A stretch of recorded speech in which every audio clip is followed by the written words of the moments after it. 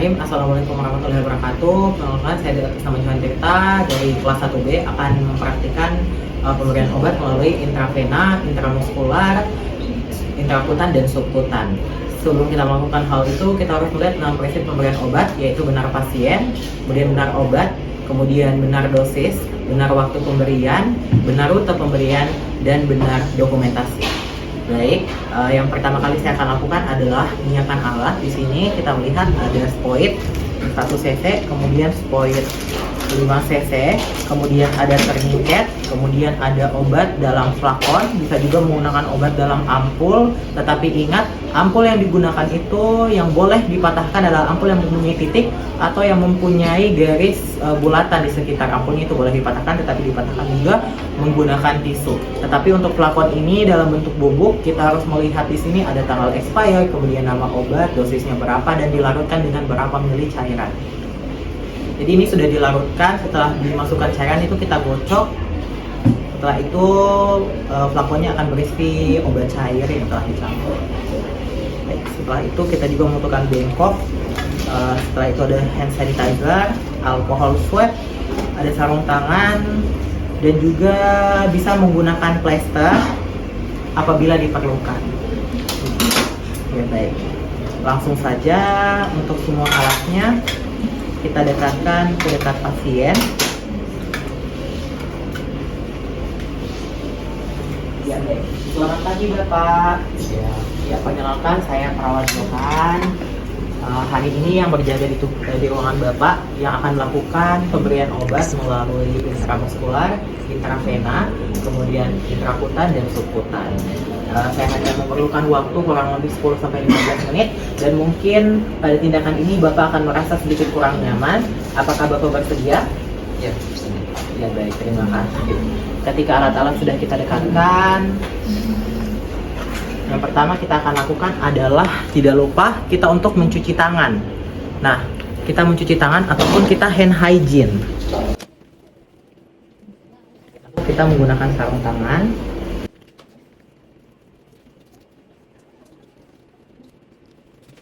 Ya, baik, setelah melakukan hand hygiene dan menggunakan sarung tangan, kita sudah siap untuk bertemu dengan pasien dan melakukan tindakan. Baik, setelah melakukan tahap interaksi kepada pasien, sudah meminta kesediaan pasien, maka kita harus menyiapkan obat.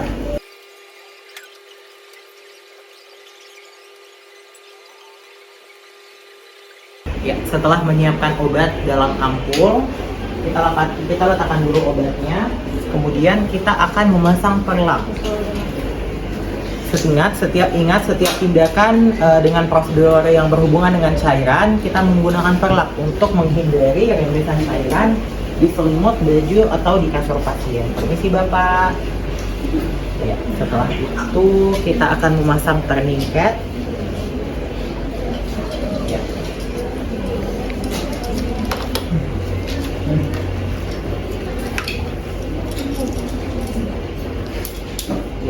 Hari ini saya akan melakukan suntikan intravena melalui punggung tangan, karena punggung tangan ini lebih mudah dibandingkan melalui vena mediana decubiti. Ya, setelah itu kita memasang tourniquetnya.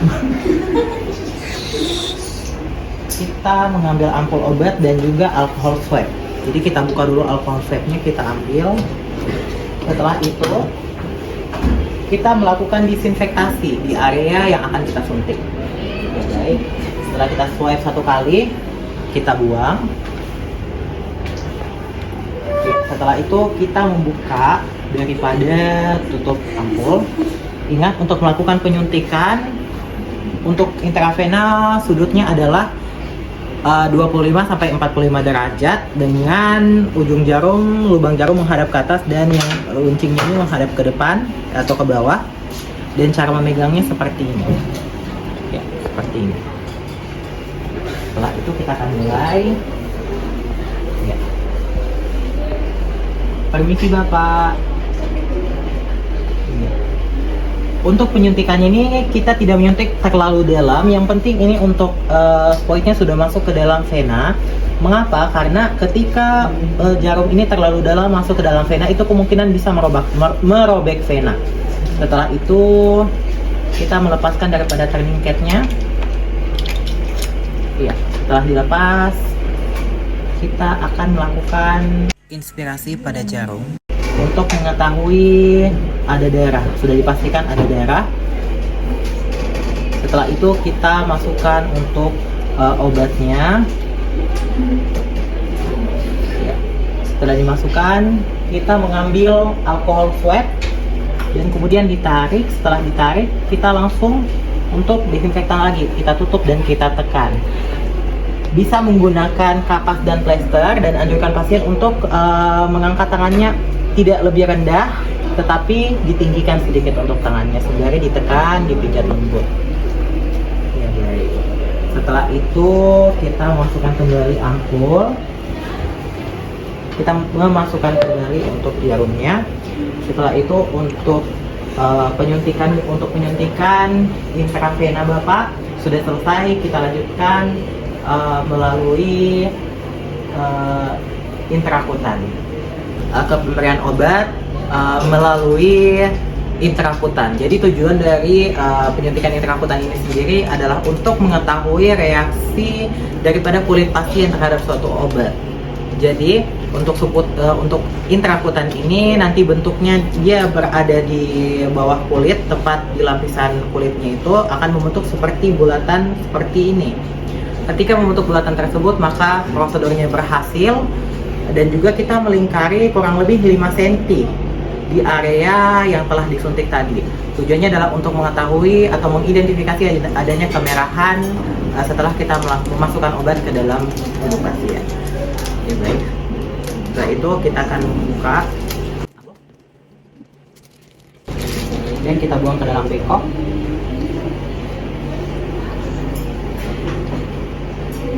Ya, untuk ini kita rekatkan dulu. Ya, setelah ampul terbuka, maka kita masukkan.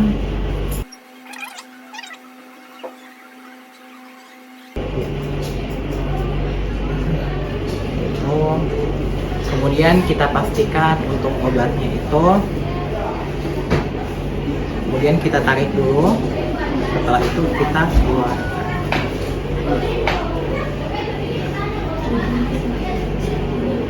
Kita bisa juga untuk letih-letih sedikit, kemudian kita tarik lagi untuk memastikan tidak ada udara, dan pastikan keluar sedikit dan sudah bisa mulai.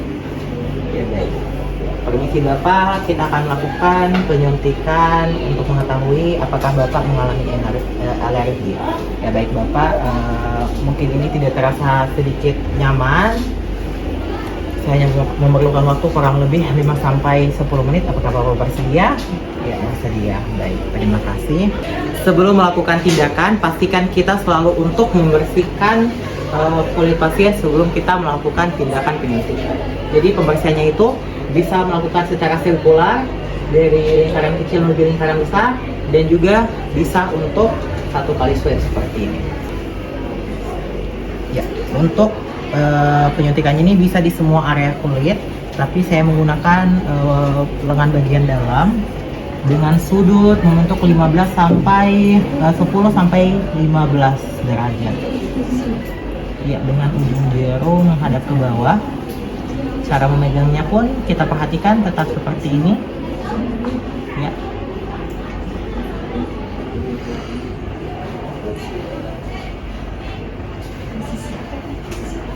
Ya, setelah masuk kita masukkan.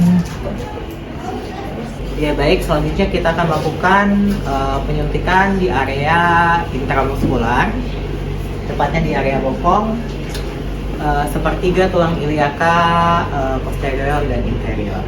Baik, selanjutnya kita mencari tulang ekor pasien, ujung tulang ekor. Setelah ditemukan, maka kita melakukan pengukuran. Setelah itu kita membagi tiga tempat, dan untuk penyuntikan intramuskular pada bokong itu pada area sini. Kemudian kita menekan area sini sembari mengambil ampul yang sudah berisi obat. Kita pastikan untuk ampulnya sudah kencang. Setelah itu kita buka.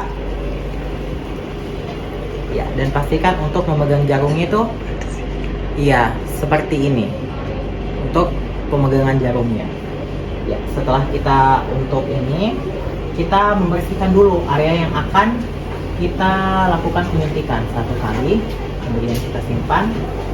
Ya, setelah itu dengan 90 derajat mata jarum menghadap ke atas, yang tajam menghadap ke bawah searah 90 derajat. Kemudian kita tusukkan.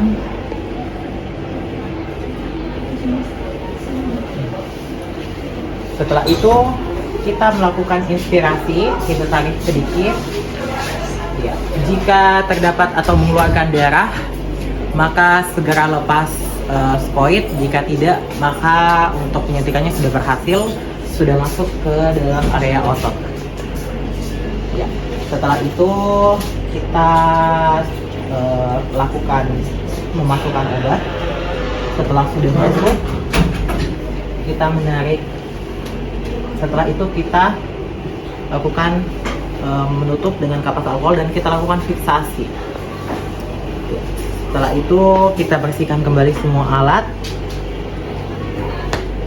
dan penyuntikan melalui intramuskular sudah selesai.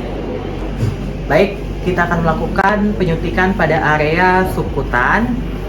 Ya, pada area subkutan ini bisa dilakukan pada muskula deltoideus, kemudian pada area perut juga bisa, dan paha luar. Tetapi pada hari ini saya akan melakukannya pada area perut. Setelah yang pertama kali adalah kita menyiapkan ampul yang sudah berisi obat. Kita pastikan tidak ada udara dengan cara dijentik seperti ini, kemudian dibuka ampul. Ya, pastikan ini kan gampang terbuka, jadi kita masuk, kita putar, setelah itu kita buka. Setelah itu kita pastikan tidak ada udara di dalam, kemudian kita tarik. Setelah itu kita lakukan ya sedikit saja. Setelah itu kita tentukan area yang akan disuntik dan kita lakukan disinfektan pada area tersebut dengan 1 kali swab kapas alkohol. Setelah itu kita pijit sedikit. Ingat untuk pemegangan jarumnya dan juga arah jarumnya seperti ini. Kemudian kita pijit dan kita suntikan dengan derajat 45 derajat. Setelah masuk, kita masukkan, tapi jangan lupa kita inspirasi lagi apakah keluar darah. Umumnya tidak keluar darah. Jika keluar darah, maka mengenai pembuluh darah dan harus segera dicabut. Jika ini tidak mengeluarkan pembuluh darah, maka kita langsung untuk memasukkan obatnya. Setelah masuk, kita tarik dan kita lakukan fiksasi pada area ini. Setelah itu kita rapikan kembali semua alat.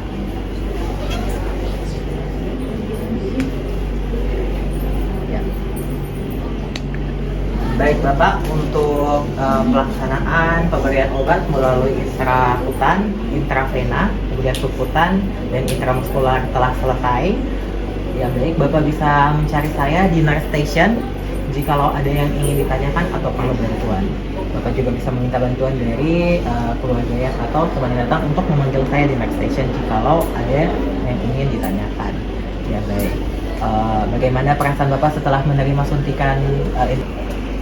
Setelah itu tidak lupa juga kita melakukan pendokumentasian dengan isi dokumentasinya itu siapa yang menyuntik dan kepada siapa disuntikan, kemudian tanggal kita menyuntik dan waktu kita menyuntik, dan berapa dosis serta obat apa yang diberikan kepada pasien. Itu semua dilakukan untuk menjaga obat yang diberikan itu sesuai dengan prinsip 6 benar pemberian obat. Saya Johan Tirta, lebih dan kurangnya mohon dimaafkan. Bila kita walhidayah. Wassalamualaikum warahmatullahi wabarakatuh.